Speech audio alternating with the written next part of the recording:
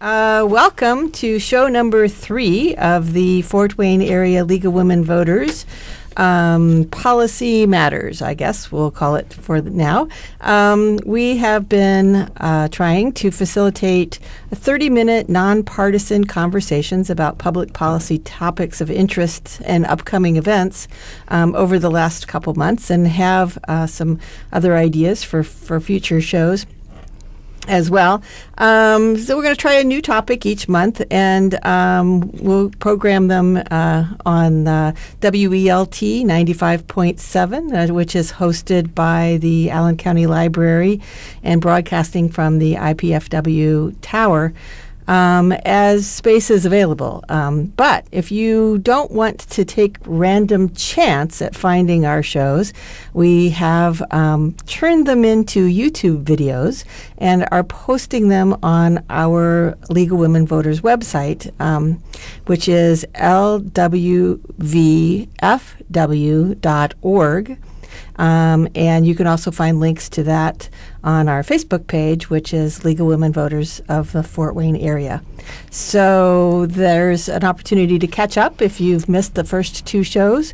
The first one was on Women's Equality Day and a little bit of an introduction to League of Women Voters. Our second show, it was just a few weeks ago, was on redistricting. There's a legislative summer study committee at the state is hosting, that is reviewing other states' redistricting guidelines and procedures, and making recommendations for what Indiana might want to do when the new census data comes to be available back in 2020.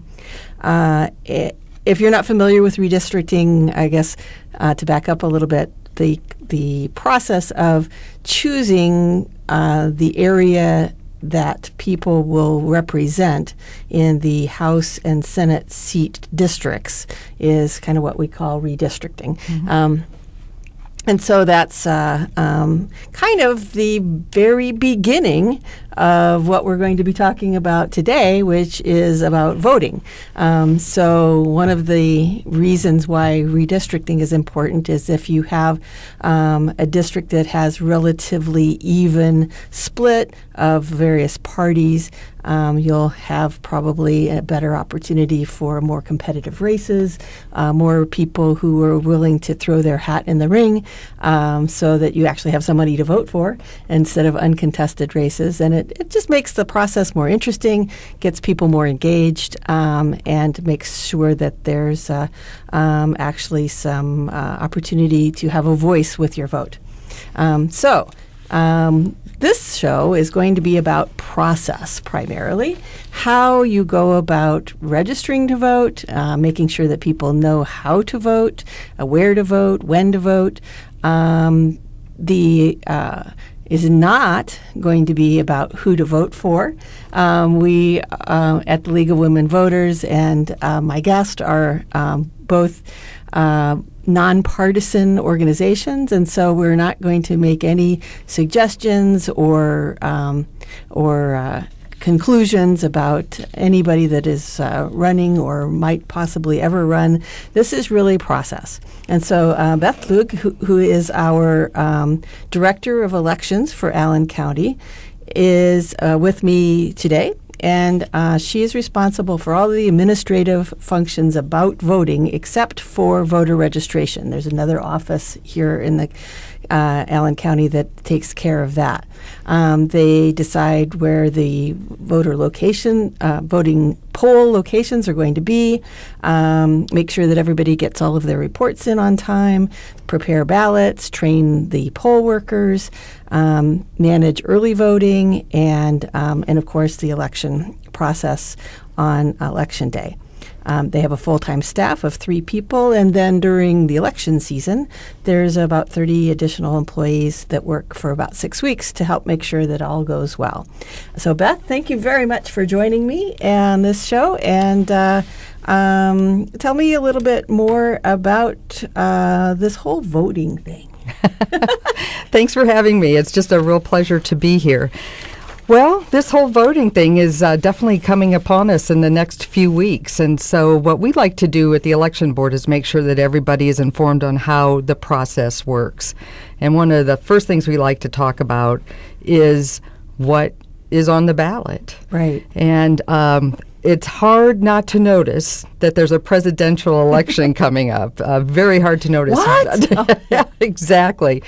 But the thing that gets lost quite a bit is all of the races that are down the ballot that are very, very important on a local level for Allen County residents. So we'd like to make sure that everybody knows that on top of being able to vote for president this time, there's also a lot of federal, state, and local races. There is a U.S. Senate race, and there's a governor race. There's a race for attorney general and the superintendent of public instruction. There are state senators and representatives that are going to be decided at this election. Allen County Council at large on a more local level, it will be decided. There are school board races, and also there are judges that are running. Most of those races, or many of those, are contested, so there are some choices to make in this election. That's great. Well, one of the things that you had mentioned that I wasn't aware of is that there's also a question.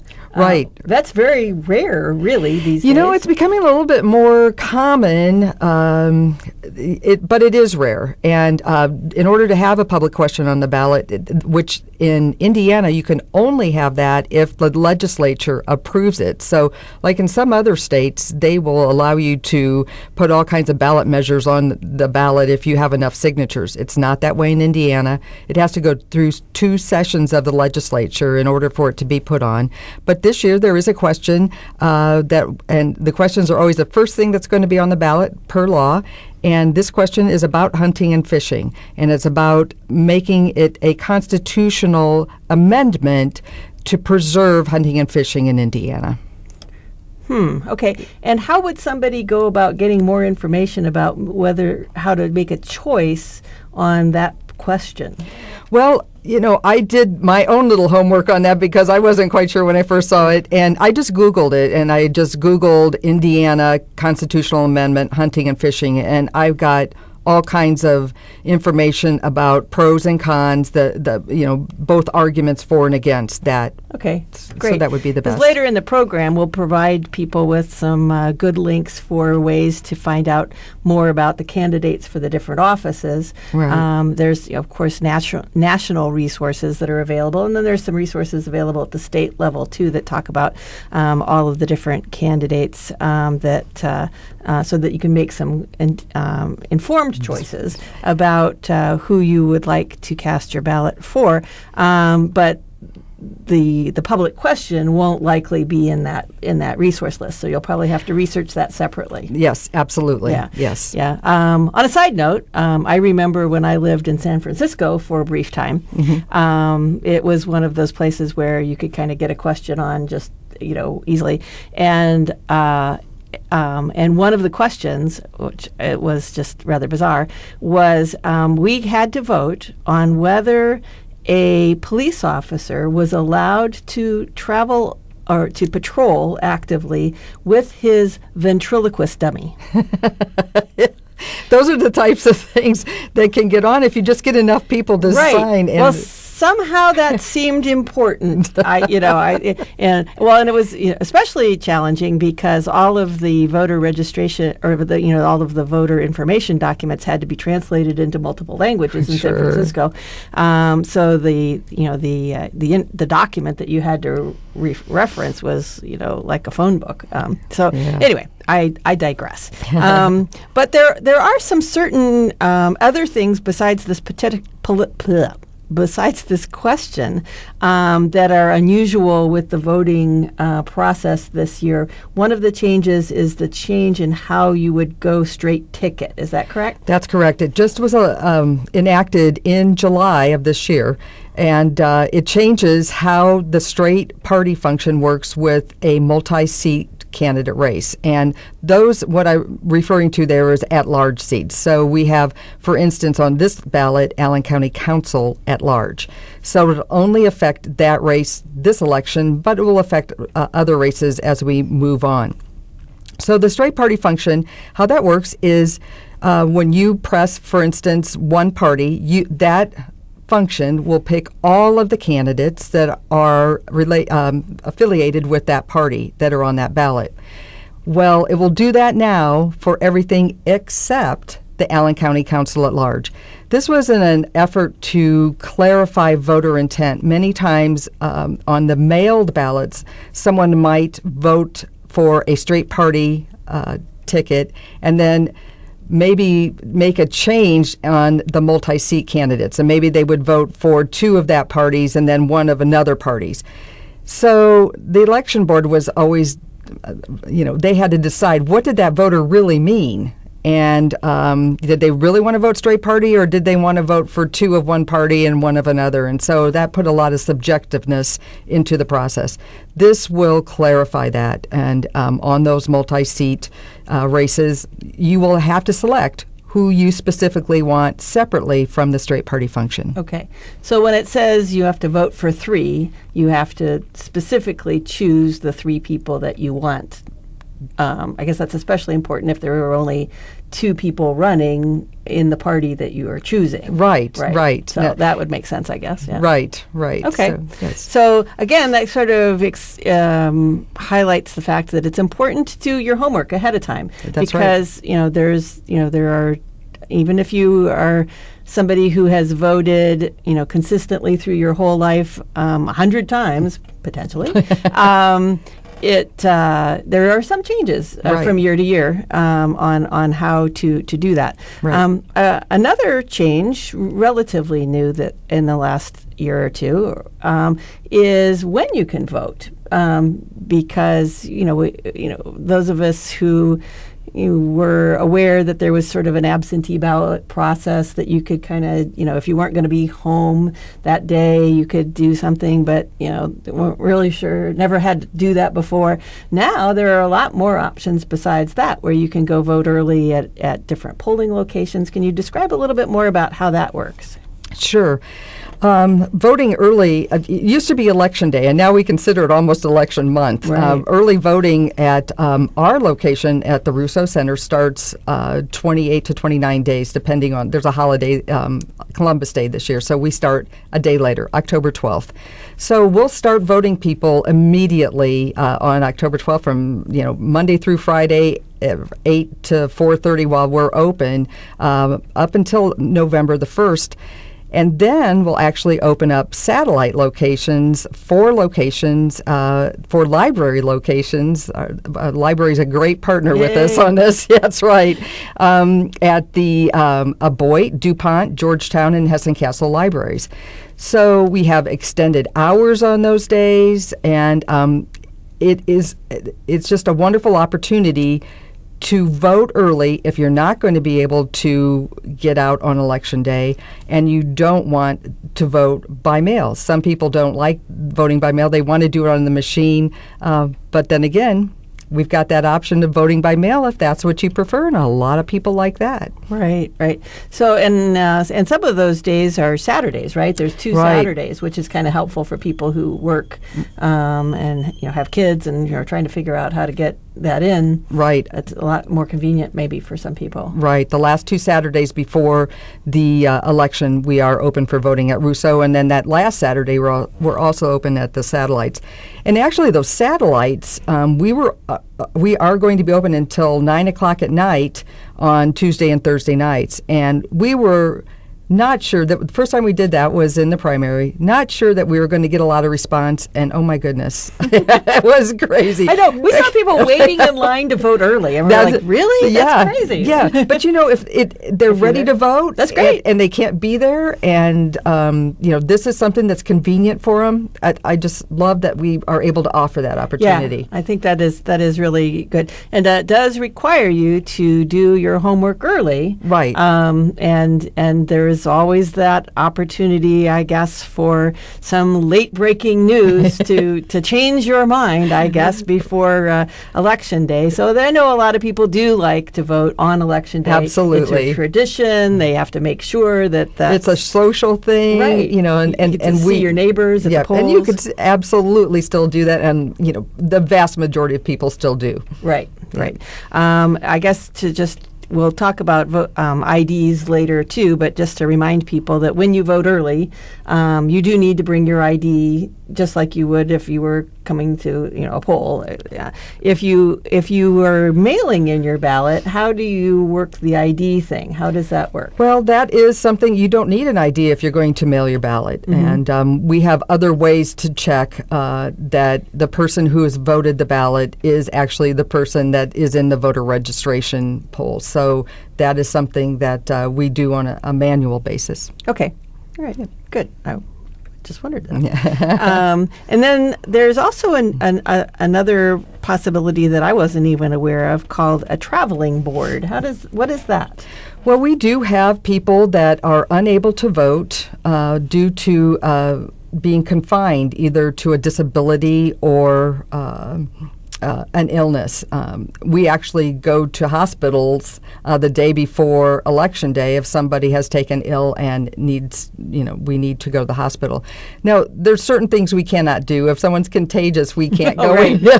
We can't go inside. But what we end up doing, we probably on this election will vote maybe 500 people this way. Really? We go to a lot of nursing homes where people are not able to get out of, and basically our criteria is if you're not able to leave your home for a reason other than to go to the doctor, then we can come and vote you at your home, or if you're in a nursing home, we can also come there.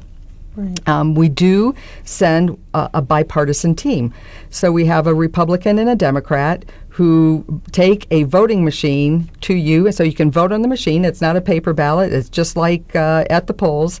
And they will help you. They'll read the ballot to you if necessary. They'll help you push the buttons if necessary, whatever you need to voice your vote. Right. So if you want to vote absentee, there's a deadline that you have to declare that that's your intention. That's correct. We have to have applications in our office by midnight on October 31st.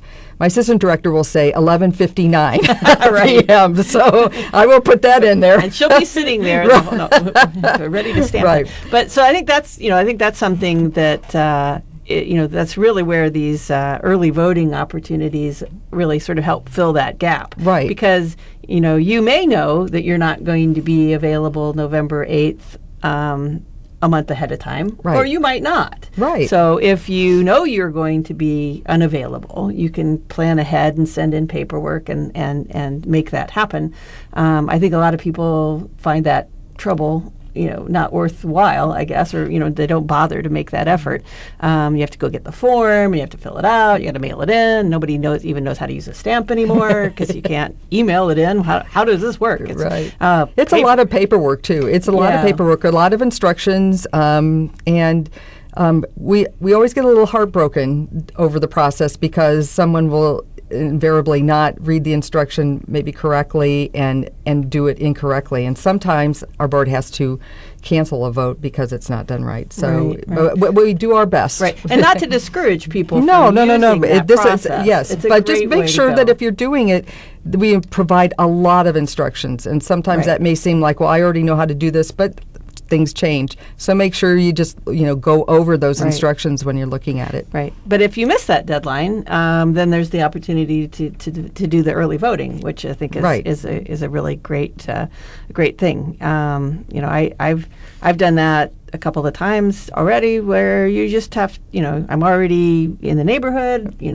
just stop by. I'm going to Kroger, I might as well get this, and I'll vote. Why not? Why not? Yes. Right. So I think if you're ready, exactly. You have to be ready. Right. You have to be ready. So that's great. So we talked a little bit about why voting early is convenient. if you've already made your choices, you don't have to worry about, having to go out if it's raining, happens to be raining on the 8th, or if you happen to get the flu the morning before.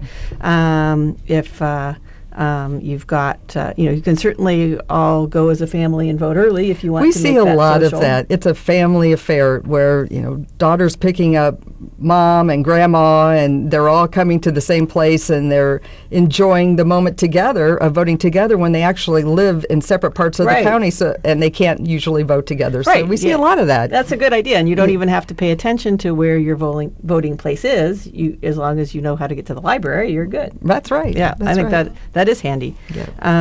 And hopefully you can skip some lines, or depending Hopefully. on how it's going. Yeah. Yeah. So on election day, there are multiple places where people are assigned to vote, and you get a postcard in the mail, right? Is that how you are Right. reminded? We'll send out a postcard about 2 weeks ahead of time that will tell you on the front. It will tell you where the early voting sites are and the actual times for Great. those. And then on the back, where your name is, then it'll have where your address is assigned for your polling location.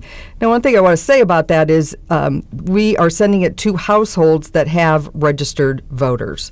So it may not be addressed directly to you, and it does not mean that if somebody gets that postcard, it does not mean you're a registered voter. But it's to tell you, if you live at this address and you are registered to vote at this address, this is where you go. Right. So there's 117 locations, and that list is also on your website, I assume. Absolutely. Yeah. And let's give people that website while we're thinking about It is allencountyvoters.info. So it's all one word, allencountyvoters.info. Right. And there's lots of good information on that. And We have- links to everywhere, and Sample ballots, and Right. yes, places to check your polling location before you head out on election day, which Right. we always recommend. Yeah.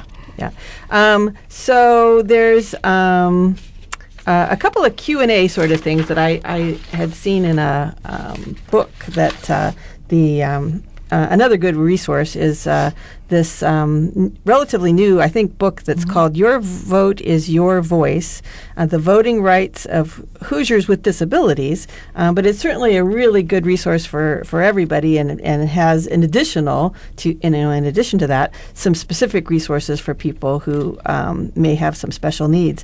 So the link to that is HoosiersVote.org. And it's available from the Governor's Planning Council for People with Disabilities. That resource is on our League of Women Voters website. So if you're going there anyway to listen to the previous shows, you can find that at lwvfw.org. And so anyway, so there was this really cool Q&A, and so I'll just sort of run through that a little bit, and we'll do those. If I can find it. Let's see, page 8. Here we go. So what to do if when you get to the polls and you waited till the last minute, or even if you're doing early voting, and you've gone to the wrong place. Well, with early voting, the beauty of early voting, you can't go to the wrong place. That's right. But if you, on election day, are at the wrong location, we kind of take a look. I guess if you're not on the poll book, and that would be your first indication that you might be at the wrong location. So it's not necessarily the problem. It could be that you moved and forgot to update your registration. It could be an error in the database. That doesn't happen very often, but it does happen.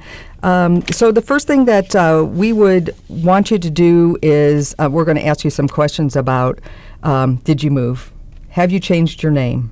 And if those things are positive, then depending on when and where that happened, we can help you either by sending you, on election day, we can tell you, you're still registered at your old location, so you can go there and vote one last time, and you can update your registration. So we'll do that.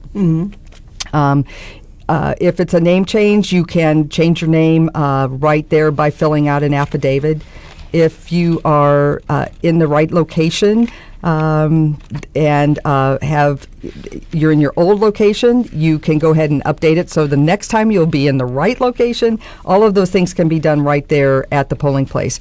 The most important thing that I want to leave with your listeners is if you believe you're registered to vote, then and your name isn't on the registration, your inspector should be on the phone with someone downtown going through every opportunity, everything that they can find to see if they can figure out where you're supposed to vote and if you are registered. And as a final choice, you can vote a provisional ballot. And a provisional ballot is what we call a fail-safe. We will after the election day, we will do an investigation, find out if you are registered, and do whatever we can to see if we can count that vote. And we do a lot of provisional ballots on election day. A small percentage of those do count. So it could be because of some kind of database error that you're just not on the polling location list. Right. So there's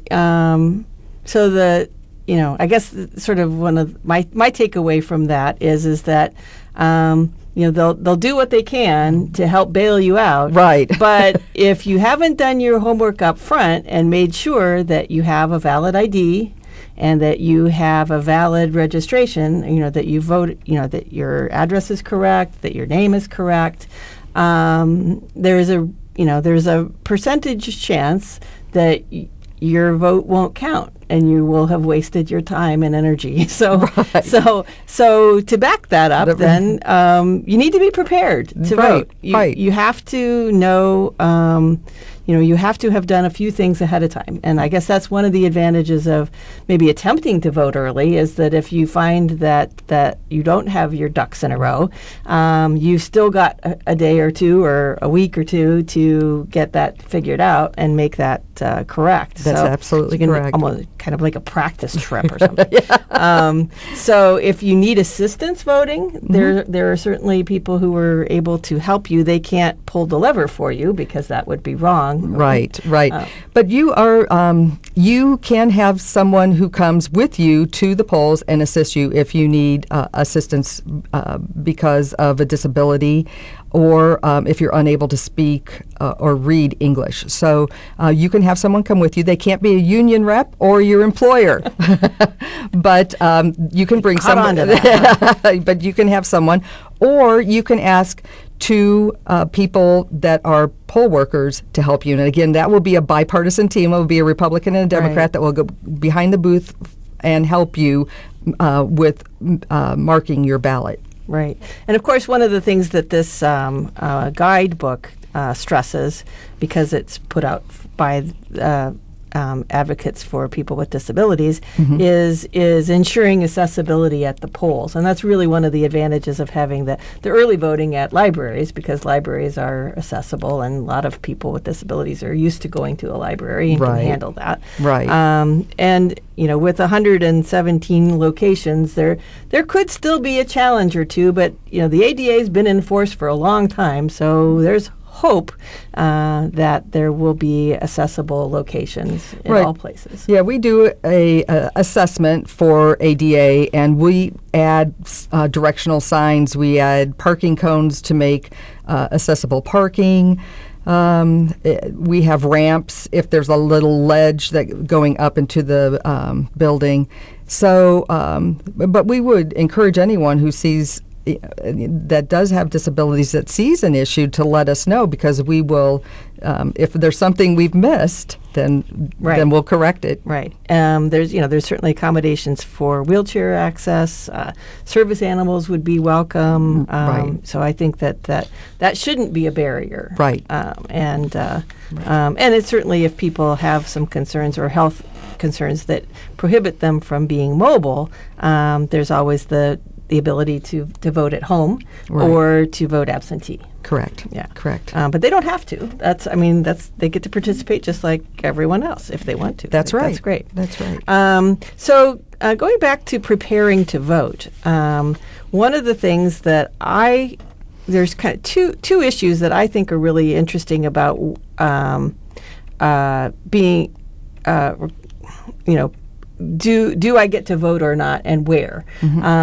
One of them has to do with college students. It's always, even back when I was in college, a zillion years ago, it never really was clear, were people supposed to vote at home, absentee if they weren't able to get home, or were they supposed to vote at school? Right. And where do they live? Right. And how does that work? Right.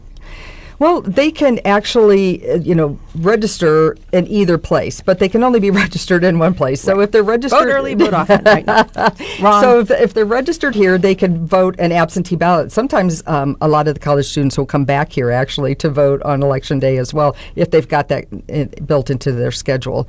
Or they can register to vote at their place of where they're going to school, and they can vote there, too. Right. So if students are at IPFW, for Right. example, and they're living on campus in the dorms or Correct. in student housing, they can register at their student housing address. Correct. Here in Fort Wayne, and vote here in Fort Wayne if they choose. Correct. Or they can go home or do an absentee ballot at home if they have candidates, that they're particularly concerned about at home. Right. So if you, Right. if you live in Ohio and you want to be sure to vote for people that you are concerned about in Ohio, you can do that. Right. But so either way, Right. but not both. Right. Yeah. Another question that has come up that I wasn't really sure. I had heard, and this is maybe kind of the same old wives' tale as, what to do if somebody has a seizure, I guess, or something. But I had heard that people who are convicted of a felony can't vote, that they have lost their right to vote. Is that true? Well, if they are currently incarcerated because of a felony conviction, they have lost their suffrage. They cannot vote. However, once they are done with their commitment to detention, then they can re-register to vote. It's not automatic, and it is specific to each state. That is the way Indiana is. It's not that way in every state. But in Indiana, once you're finished with your incarceration, you can re-register and you do get to vote again. Right. Yeah. So it's like returning a library book. If you've paid your fines, Right. you can check out more books. Right. That's exactly right. That's Okay. right. So what about people who have are coming from a different country? Say maybe they are students that are at school and they are from Spain or something. If they're just visiting as students from Spain, can they register to vote at student dorms? No, they have to be U.S. citizens in order to vote. Yeah. So they can't if they're just traveling over on a visa or something like that. But people who have become citizens, no matter what country they were born in, or whether as long as they're considered citizens of the United States, then they can vote. That's correct. Yeah. That's right. Okay, because that question had come up. It's like, this is my address. So U.S. citizens, 18 years or over, Right. you have to have lived in the precinct for at least 30 days before the election. You are not currently in prison after being convicted of a crime. Right. Those are the main qualifications to register. Right. The deadline to register is October 11th. That's right. And if you are not registered by October 11th, you cannot vote. That is correct. There is no wiggle room. There is no wiggle room. Right. So there are lots of easy ways to register to vote. One way is if you are not registered to vote, you may vote on National Voter Registration Day, which is September 27th, and depending on when this airs, that may have passed. Hopefully October 11th hasn't passed yet. But I know here in Fort Wayne, there are at least two opportunities that I know of to participate in that. At CityLink, the bus company, will be hosting a voter registration table and actually registering people on the bus. They've got got their tablets, and they're going to be able to register online on the bus. That's great. And IPFW student organizations are having a table at IPFW to make sure that students get registered as well. You can certainly register online, and you can support the concept of National Voter Registration Day by going to their website and downloading materials, and there's like icons that you can put, so you can change your Facebook, icon thingy, whatever. you can tweet, you can Twitter, you can whatever, all those little social media things, to remind people to register to vote. But it's important to remember, as we talked about before, that even if you are registered, it's always good to go back and check and make sure that your address is current, that your name is current, and that you that everything is hunky dory before the 11th. That's right. Because after the 11th, you can't change it. That's right. Yeah. So you can register online at indianavoters.com. You can go to any BMV office. You can go to the library. Right. Schools. I didn't realize that actually schools are supposed to have voter registration materials, like at the office. Right. So any high school, if you're just turning 18, the high schools should be able to help you register to vote. If you are wanting, if you're a college student and you want to register to vote here in Fort Wayne, you should be able to go somewhere in the school. Good luck figuring that out. But certainly, you can also do it online. Right. I think the voter registration office will tell you that about 80% of their registrations are online at this point. Oh, it's so easy. Yeah. I just go check just to make sure. Right. Even if you think you already are. We mentioned already that the sample ballots are available from Allen County Voters.info. You can check your voting location. Let's talk a little bit more about IDs. Okay. Because I think that's really something that's quite unique to Indiana. I believe there's only, maybe 10, 11 states maybe. I'm not even sure how many. Very few of the states require an ID when you vote. Right. And it's been a law in Indiana for quite a long time, and it's basically, it has to be a photo ID. It has to be a state of Indiana or a government-issued ID. When we talk about government-issued ID, it could be like a military ID or a passport. You could use a passport that has your photo on it. How about like a school ID? If it's a state, Indiana state school, for instance, like IPFW, Indiana University, Purdue University, Ivy Tech. Ivy Tech, I believe, is one of the schools. I've got a complete list on our website, but if it's a state... But not St. Francis. No, that is correct. Right. That's correct, right. So it has to be a state school. Okay. And it has to have your photo on it. And it has to have your photo on it. And it also has to have an expiration date on it. Right. And the expiration date can't be past the last general election, which was in 2014. So it was 11/4/2014. Right. So as long as it hasn't expired before that, then... So would a high school ID, like if you went to Northside High School and you were over 18, that wouldn't count? No, it has to be a secondary school. Okay. It has to be a college. Right. Yeah. So it's a college, state, school ID. Correct. Yeah. Correct. Right. I never knew that before. Yeah. I mean, most people have a driver's license, but Right. just in case you don't, that would be another opportunity to, if you've lost it or something, that would be a good way to, you need to get it replaced. Don't be running around without your driver's license. You can get, but if you don't drive, Right. For people who are, for example, public transit users and do not have a car or ride their bike everywhere they go, you can get just an identification card. That's correct. Right up until the very last minute, right? I think Actually, on election day, they Right. actually stay open Right. longer hours so that you could actually go on election day and get that taken care of. Yeah, so I think that's... But I think you need some documents. So, it's probably not probably not the thing you want to do is wait till the last minute. Right, but which is again the nice thing about voting early. And I believe for students, is there some additional documentation of residence that they have to provide if they live someplace else? They have to bring some document showing that they I don't know the here? answer to that question. I think I read that someplace. I'll try and confirm that. But always a good idea to make sure that will work. Okay, so we talked about these 30 extra people that you have to that you get to employ.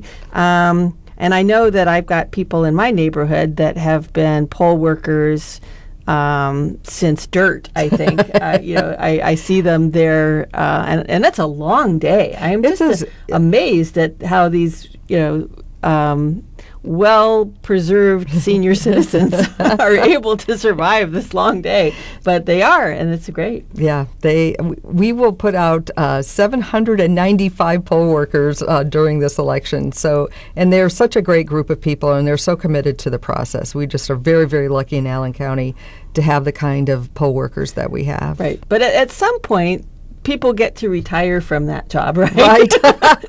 That's right. And there might need to be somebody to replace them at some point, right? Right. About actually in 2015, our board decided that we're going to start using students, 16 and 17-year-olds that are in high school. They're not able to vote, and they come in on a nonpartisan basis. Most of our poll workers are selected by the political parties. So we have Republicans, again, that bipartisan representation. Right. We have Republicans and Democrats who are working the polls. Well, the 16 and 17-year-olds aren't voting, and they're not affiliated with any party, so they come in, and boy, do they bring an infusion of enthusiasm to the process. Yes, and energy. They can handle that long day. And we have those poll pads, and boy, they know those poll pads. I mean, they can just pick them up and take care of them. So that's great. Yeah. Are you still recruiting people for poll workers? We are. And if someone is interested in being a poll worker, they need to call the political party of their choice, either the Republican Party or the Democratic Party. Or we also have an application on our website where they can fill out, and we'll submit it to whichever party they prefer. Right. Yep. And you make like thousands of dollars doing that, right? No. You don't do it for the money. Right. But anywhere from $95 to $175, depending on your position and whether you come to training. It was volunteer. Yeah, no, you do. You make a few bucks, maybe enough to that means something. Buy a turkey or something. Yeah. Right. That's excellent. Yeah. And there's training for people so that they don't have to just sort of jump right in. Because there's a lot of things to know. Yeah. There's a lot of things to know. Right. So there are inspectors, judges, and clerks. Right. Those are kind of the three positions. And then these student the students kind of fill in. Yeah. The inspectors are the managers. The judges handle the voting machines and set the voting machines for voters. And then the clerks are the ones that check everybody in and with our new electronic poll books, and so. Right. Okay. So I guess the other thing to do to be prepared to vote, I will just remind you again that it is important to do some research on the candidates so that you are making informed choices. We're not going to tell you how to choose, but we want you to be smart about it because it's your vote. And I know a lot of times people say, oh, in Indiana it doesn't really matter.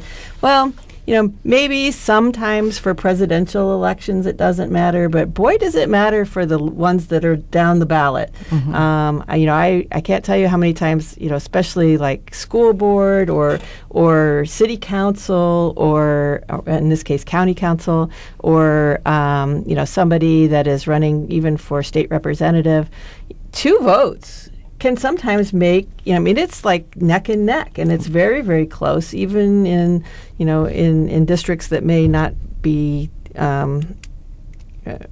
partitioned, to be competitive, right. But sometimes it just gets that way.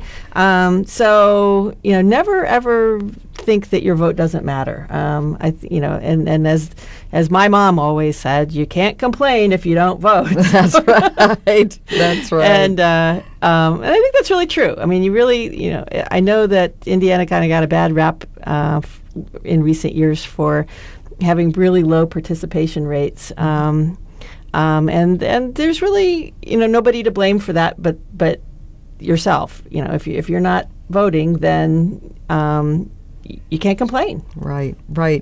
And I do agree somewhat that competition does drive that participation too. And some people just, if there's not a lot of competition, they're not as enthusiastic about going to the polls. Right. But there's no dearth of competition on this ballot. It's an interesting year. We're not going to go into the details, but we'll just say, if you as we started out the program, if you're not aware that this is a voting year, then I don't know what rock you've been living under. Right. But there are lots of nonpartisan resources available, and this book that I was referring to, this guide that is available, Your Vote, Your Voice, lists a few, and I'll just share them with you. Factcheck.org, FACTCHECK.org, Politifact.com, POLITIFACT.com, OpenSecrets.org, that's OPENSECRETS.org. And then for a more in-depth view about voting in particular, there's a place called Project Vote Smart, and that's just Vote Smart, VOTESMART.org. And I just found one today as I was cruising around trying to get ready for this show, called Skim the Vote, SKIMM the Vote. And I thought it was I can't really attest to it being completely independent, but it was entertaining. It was short. It was user friendly, and it gave me just the information that I needed. And there was a nice link on making sure that I was registered, and it's part of the Rock the Vote effort that is kind of aimed at maybe a younger audience that may not have the attention span. Oh, that's not fair. That may not have the time to invest because they're so busy doing many important things to invest in the research. And so this is kind of a nice overview. So that would be and of course, the League of Women Voters website at the national, state, and local level is a great place to get additional information, as is government websites. And there's, we've listed off several of those. Let's give those again. Yours. Okay, for the election board, it's AllenCountyVoters.info. So that's it. And then there's links to lots of other things there. So and IndianaVoters.com to register, and you can also look who's going to be on your ballot at that site too. A lot of information there. You can just Google vote. Easy for you to say. Okay, so one last thing, and I know we've gone over our half hour. I don't know what they're going to do about that, but we just had so much fun. The last thing I want to leave you with is CityLink, the bus company, is offering free rides on Election Day. CityLink has a grant from the AWS Foundation to offer that, to make sure that everybody has a ride to the polls. That cannot be an excuse. Not being able to get there is not an excuse. We'll do it just on Election Day, so if you're going to vote early, you don't get to ride for free. But on Tuesday, November 8th, which is Election Day, CityLink will offer free rides all day, anywhere you want to go. So you can go vote, and then you can go do other things too, for free on CityLink on Tuesday, November 8th. What a great partnership! Yeah, that's and great. they've got ads in the buses. We've got trying to make sure that people remember to go vote. They're hosting a voter registration on November 27th to make sure that bus riders are engaged. And I think that's to everyone's advantage. I think everybody needs to be engaged and certainly have the opportunity to participate. So with that, I want to thank WELT 95.7 on your radio dial, hosted by the Allen County Library, for giving us this opportunity to provide the third installment of Public Policy Matters by the League of Women Voters of the Fort Wayne area. Thanks for listening, and if you want to hear it again, go to our website, lwvfw.org. I'm going to change that. lwvfw.org, and listen to the previous two radio casts as well as this one. Thanks for listening, and don't forget to vote November 8th.